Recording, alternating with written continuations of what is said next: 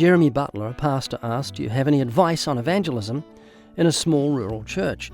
If I was in a rural church, and maybe a community of a couple of thousand, I wouldn't preach to them. I'd show them my faith by my works. It's almost like family.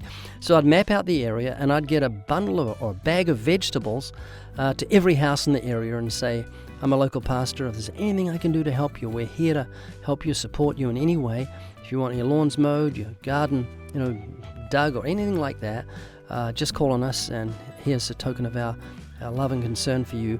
And I wouldn't put God bless you or anything like that on the letter. Just leave it with your name of the church.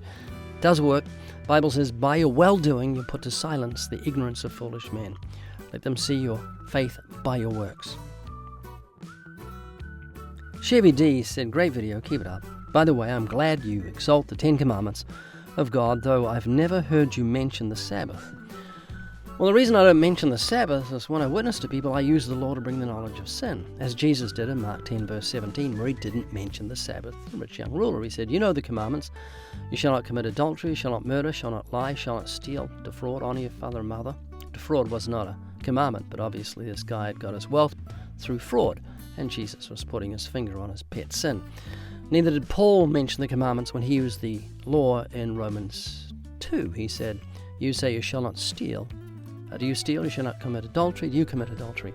Reason for this is because the average non-Christian doesn't think failure to keep the Sabbath is sinning, but they know that lying and stealing and lust, etc. are sin. And so I stay with the sins people can understand.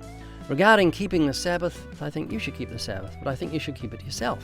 That's what it says in Romans 14. Don't go around telling people what day to keep. And if the Seventh-day Adventist Church had as much zeal for the lost as they have for keeping the Sabbath, we'd see revival.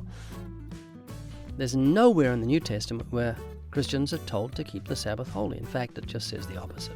It says, let no man tell you what day to keep. So seek after the lost. Don't worry about what I preach. You use the law to bring the knowledge of sin and keep the Sabbath holy to yourself.